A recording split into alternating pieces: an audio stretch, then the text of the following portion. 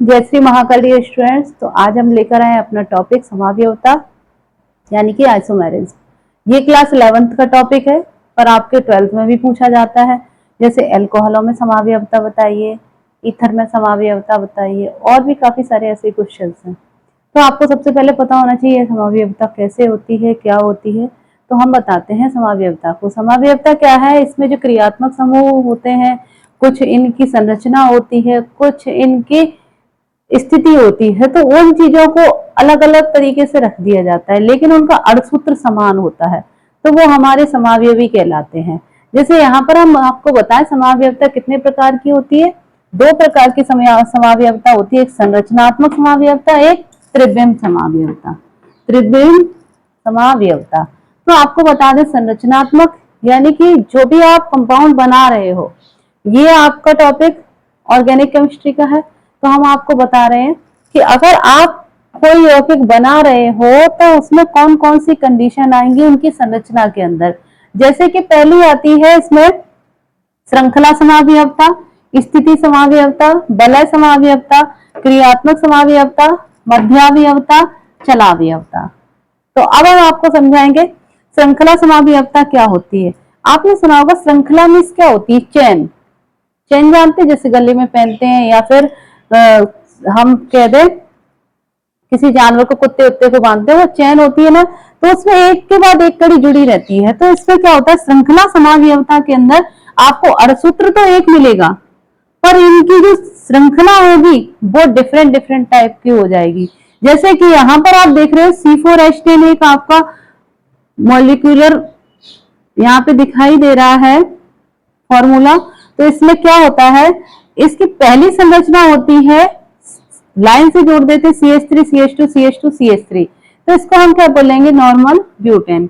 यानी कि single bond के जरिए हमारे जुड़े हुए हैं ये कंपाउंड्स, तो ये कैसे हो गए, नॉर्मल ब्यूटेन। जब हम इनके एक CH3 ग्रुप को ऊपर लटका देंगे, यानी कि इनकी चेन में से एक मेथिल ग्रुप ऊपर लगा देंगे, तो इसको बोलेंगे आइसो ब्यूटेन। ठीक है, टोटल तो हमारे कार्बन 4 है, तो ब्यूटेन ही रहेगा, क्योंकि एक कार्बन हमारे कार्बन के ऊपर लटक गया है, तो इसको हम क्या कहेंगे, आइसोब्यूटेन। अब आते हैं दूसरी समावयवता का नाम है स्थिति समावयवता। तो स्थिति समावयवता के अंदर क्या होता है, इसके अंदर जो क्रियात्मक समूह होता है ना, उसकी स्थिति बदल जाती है। आप जानते हो स्थिति क्या होती है, जैसे कोई यहाँ पे बैठा था, उठ के दूसरी जगह पे बैठ गया, तो वो होती है स्थिति समावयवता। तो यहाँ पर भी ऐसा ही कुछ हो रहा है स्थिति समावयवता के अंदर। आप देखेंगे कि इसका जो हमारा अर्थसूत्र है वो है C3H7OH। अब क्या करेंगे, इसके जरिए ये अपनी स्थिति जो है एल्कोहल की, एक तो हमारे नॉर्मल ब्यूटेन में लगी हुई है, ठीक है, नॉर्मल प्रोपेन में लगी हुई है, और यहाँ पे हमारा क्या लगा है, OH ग्रुप को नीचे लटका दिया गया है। तो ये आइसोप्रोपिल एल्कोहल हो गया, और ये कैसा हो गया, नॉर्मल प्रोपिल एल्कोहल। ये हो जाएगा नॉर्मल प्रोपिल एल्कोहल।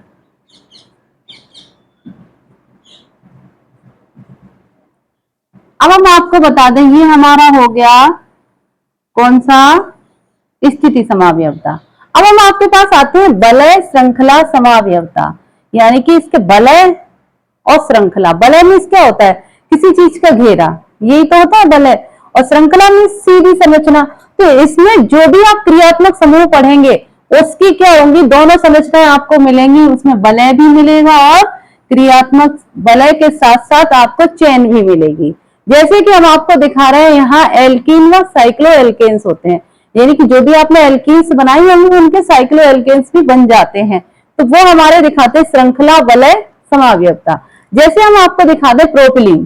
प्रोपिलीन में क्या है, प्रोपिलीन में 3 कार्बन होते हैं, 1 2 3, और हाइड्रोजनों की संख्या कितनी है, यहाँ पे 6, यानी कि C3H6। ये है आपका प्रोपिलीन। अब देखो यहाँ पर तो हमारा एक डबल बॉन्ड लगा है, तो ये प्रोपिलीन हो गया। अब हम इसको साइक्लोप्रोपेन यानी कि एक सक्रिय चक्रीय संरचना में वलय के रूप में दिखाएंगे, तो यह क्या जुड़ेगा, CH2 CH2 CH2, यानी कि तीनों कार्बन H2 के साथ जुड़े हुए हैं। तो ये हमारी 2 अलग अलग संरचनाएं हो गई, एक तो वलय का काम कर रही है, दूसरी कर रही है श्रृंखला का। तो इस समावयवता को हम क्या कहेंगे, वलय श्रृंखला समावयवता। अब हमारी चौथी समावयवता आती क्रियात्मक समावयवता। इसमें आपको बता दें कि जो अड़सूत्र होता है वो अपने अंदर दो तरीके के क्रियात्मक समूह को छिपाए रखता है। क्रियात्मक समूह आपको पढ़ा दिए ना, तो क्या होता है, जैसे अड़सूत्र दिया है C4H6O, यहाँ पर ये अड़सूत्र दो क्रियात्मक समूहों को छिपाए। जैसे पहला क्रियात्मक समूह इसमें ईथर आएगा, देखो ये इसमें क्या है, ईथर, तो इसका नाम है डाई मेथिल ईथर। और दूसरे में क्या है क्रियात्मक समूह, दूसरे में है C2H5OH यानी कि एथेनॉल। तो एक में तो एल्कोहल ग्रुप लगा हुआ है, दूसरे में लगा हुआ है ईथर ग्रुप। आप देख सकते हो इसमें O जो ग्रुप है वो ऐसे लगा होता है, ये ईथर है, एक तरफ इन्होंने CH3 जोड़ दिया है और दूसरी तरफ भी CH3 जोड़ दिया, और भी कुछ जोड़ सकते हैं, तो दो के लिए डाई हो गया, डाई मेथिल ईथर पढ़ेंगे इसको। अब देखो यहाँ पर भी C2H5 है, तो यहाँ OH ग्रुप लगा है, तो इसे हम क्या पढ़ेंगे, एथेनॉल पढ़ेंगे। तो ये हमारी हो गई क्रियात्मक समूह समावयवता। अब उसके बाद हम आते हैं मध्यावयवता। इसको आप समझेंगे ध्यान से कि मध्यावयवता होता क्या है, ठीक है। तो ये हमें सबसे पहले पता होना चाहिए कि जो मध्यावयवता होता है उसके अंदर जो क्रियात्मक समूह होता है मध्य में आके पीछे खिसक जाता है, इधर खिसक जाएगा उधर खिसक जाएगा। आप क्या करते हैं, जैसे सीट पे कोई बैठे होते हैं ना, दो लोग बस की सीट पे बैठे होंगे या फिर कहीं और बैठते हैं कि थोड़े से खिसक जाओ, हमें भी जगह मिल जाए, तो थोड़ा सा इधर खिसक जाएगा थोड़ा सा उधर खिसक जाएगा। तो वो क्या होता है, क्रियात्मक समूह तो सेम रहता है, मध्यावयवता के अंदर हमें दिख रहा है क्रियात्मक समूह हमारा सेम रहेगा। यहाँ पर हमें दिख रहा है अड़सूत्र है C4H10O, तो इससे दो समावयवी बनेंगे, एक तो मैथिल प्रोपिल ईथर यानी कि एक तरफ मैथिल ग्रुप है, एक दूसरी तरफ है आपका प्रोपिल ग्रुप, तो एक बनेगा मैथिल प्रोपिल ईथर और दूसरा हमारा C2H5 मतलब यहाँ पर दोनों सेम बनेंगे, तो इसको पढ़ेंगे हम डाई एथिल ईथर।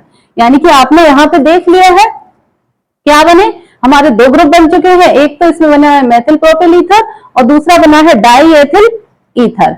यानी कि मध्यावयवता में मैंने आपको बता दिया था क्रियात्मक समूह हमेशा एक ही रहता है, पर मध्य में क्या करेगा, इधर उधर खिसकेगा। यहाँ CH3 C का एक कंपाउंड है तो एक की तरफ है, इधर C के 3 है और यहाँ क्या C के 2 है, यहाँ C के 2 है, मतलब कि आपका क्रियात्मक समूह सेम बीच में है और इनके टोटल जो कार्बन और हाइड्रोजन के नंबर सेम है। यहाँ कार्बन और हाइड्रोजन के नंबर सेम है, बस इनका क्या है, नामकरण अलग हो जाता है और स्थिति इनकी मध्य में ही बदल जाती है, तो इसलिए इसको कहते हैं मध्यावयवता। लास्ट वाली इसमें हमारी समावयवता आती है चलावयवता। चलावयवता ये क्या होती है, एक विशेष प्रकार की क्रियात्मक समावयवता है। क्रियात्मक समावयवता का मतलब इनके जो क्रियात्मक समूह चलता फिरता रहता है, हिलता डुलता रहता है। मतलब कि जैसे कि हमने सोचा साइनाइड का फॉर्मूला है CN होता है, तो साइनाइड के रूप में क्या होता है, C++N लगा रहता है, लेकिन ये कुछ देर में बाद क्या करता है, आइसोसाइनाइड बना लेता है। तो जो आइसोसाइनाइड है वो इसकी चलावयवता है, मतलब इनका जो बॉन्डिंग है वो स्थिर नहीं रहती, चलती रहती है। जैसे यहाँ पे CN और यहाँ पे हो जाता है NC, तो ये हमारी किसको दिखाते हैं, चलावयवता को। तो ये एक विशेष प्रकार का कैसा हो गया, क्रियात्मक समावयवता को प्रदर्शित करता है। उसके बाद हम आते हैं अपने एक त्रिविम समावयवता पे। ये हमारा B पॉइंट है समावयवता का। त्रिविम समावयवता आपको बता दें दो तरीके से होती है, एक होती है विन्यास समावयवता, दूसरी होती है संरूपी समावयवता। संरूपी समावयवता को ज्यादा डिस्क्राइब नहीं किया गया है 11th क्लास में, और विन्यासी समावयवता को थोड़ा समझाया गया है। हम आपको बता सकते हैं इसमें क्या है। विन्यासी समावयवता जो होती है दो प्रकार की होती है, एक होती है प्रकाशीय समावयवता, दूसरी होती है ज्यामितीय समावयवता। आपने ज्यामिति पढ़ी होगी मैथ में, ज्योमेट्री, उसमें क्या होता है, एक दूसरे की संरचना देखते हैं, ज्यामिति किधर कौन सी है, तो बस उसी तरीके से इसमें ज्यामितीय समावयवता में क्या होता है, जो हमारे समावयवी बनते हैं वो सिस और ट्रांस के रूप में बनते हैं। मतलब क्या है, इसमें जो क्रियात्मक समूह बनते हैं दो तरीके से लगते हैं, एक तो एक ही तरफ दोनों आ जाएंगे, अड़ोसी पड़ोसी हो जाएंगे, मतलब इतनी ज्यादा सिस, इनमें दो पोजीशन बनती है ज्यामितीय समावयवता में, एक बनती है सिस यानी कि ABC रूप के बनेंगे या CBA, एक बनती है सिस यानी कि जिसको बोलते हैं समपक्ष, दूसरी बनती है ट्रांस जिसको बोलते हैं विपक्ष। समपक्ष यानी कि समपक्ष से हम समझेंगे ये आपस में दोस्त हैं, दोस्त है तो एक जैसे है, जैसे लड़का लड़का एक तरफ हो गए, लड़की लड़की एक तरफ हो गई, तो ये इस पोजीशन को क्या कहेंगे, सिस पोजीशन।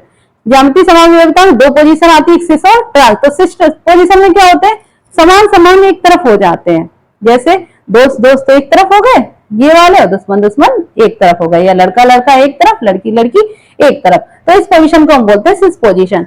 इसका जस्ट उल्टा कर दो, इसको बोलेंगे ट्रांस। ट्रांस पोजीशन में क्या है, एक लड़का एक लड़की हमने सीट पे बैठा दी और इधर बैठा दिया एक लड़का और एक लड़की, यानी कि अलग अलग पोजीशन कर दी, इसको बोलते हैं ट्रांस पोजीशन। सिस में क्या है, लड़कियां लड़कियां एक तरफ, जैसे क्लासरूम में बैठाते हैं, एक तरफ लड़कियां लड़कियां बैठा दो, एक तरफ लड़के लड़के बैठा दो, तो वो हमारी पोजीशन क्या बन जाएगी, सिस पोजीशन, यानी कि जिसको बोलते हैं समपक्ष पोजीशन। दूसरी पोजीशन क्या होती है, इसके अंदर क्या होता है, एक तरफ एक लड़का एक लड़की, दूसरी तरफ भी एक लड़का एक लड़की। तो ये क्या हो गया हमारा ट्रांस या विपक्ष, विपक्ष ज्यामितीय समावयवी होते हैं। इनमें क्या है, ये एल्केन्स के अंदर ज्यादा देखे जाते हैं, जिनके अंदर कार्बन कार्बन के बीच में कैसा होता है, डबल बॉन्ड दिखाई देता है। अब हम आते हैं आपके प्रकाशिक समावयवी।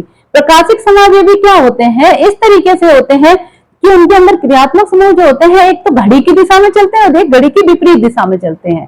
ठीक है, घड़ी आपने देखी, एक तो घड़ी सीधी चलेगी और एक घड़ी उल्टी चलती है। तो जो घड़ी की दिशा में चलते हैं उनको बोलते हैं दक्षिण ध्रुव घूर्णक, यानी कि दक्षिण ध्रुव घूर्णक को हम बोलते हैं डिस्ट्रो रोटेटरी। दक्षिण ध्रुव घूर्णक को क्या बोलते हैं, डिस्ट्रो रोटेटरी, जिसको हम प्लस से दिखाएंगे, मतलब वो सीधा चल रहा है, अपना काम कर रहा है, कोई दिक्कत नहीं है, तो उसको बोलते हैं दक्षिण ध्रुव घूर्णक। एक दूसरा होता है, दूसरा इसका बनता है, वो होता है वामा ध्रुव घूर्णक, जिसको बोलते हैं लीवो रोटेटरी। इसमें कैसा बनेगा, एक उल्टा होगा, कोई काम सीधा बताओ नहीं करेगा, उल्टा करेगा, तो जो उल्टा करता है उसको हम माइनस साइन देते हैं और जो सीधा करेगा उसको प्लस देते हैं। तो वाम ध्रुवण घूर्णक बनता है, वो होता है हमारा लीवो रोटेटरी। तो ये हो गए हमारे विन्यासी समावयवता के दो समावयवी, एक होता है ज्यामितीय समावयवी, दूसरा होता है प्रकाशीय समावयवी। तो हमने आपको बता दी ज्यामितीय समावयवी में सिस और ट्रांस बनते हैं और प्रकाशीय समावयवी में बनते हैं डिस्ट्रो रोटेटरी और लीवो रोटेटरी, यानी कि दक्षिण ध्रुवण घूर्णक और वाम ध्रुवण घूर्णक। उसके बाद आते हैं हमारे लास्ट वाले समरूपीय समावयवता, यानी कि ये समरूपीय समावयवता होते हैं ना, ये एक दूसरे में थोड़े ट्रिपिकल होते हैं, तो इनको हम बस ऐसे समझ लेते हैं, जैसे एथेन और ब्यूटेन के विभिन्न समरूपी जो होते हैं ना, वो इसके अंदर आते हैं। अब हम आपको बता रहे हैं जो समावयवता है, बहुत ही इंपॉर्टेंट टॉपिक है, आपके 11th में भी पूछा जाता है, 12th में भी काम आता है। और आपकी जानकारी के लिए एक चीज और बता दें कि कॉपी पेन हमेशा लेके रखना है, कॉपी पेन लेके रखो और इन जितने भी फॉर्मूले हैं उनको बार बार कॉपी पे करो, आपको निश्चित ही आपके दिमाग में स्थिर हो जाएंगे और समझ में आएंगे।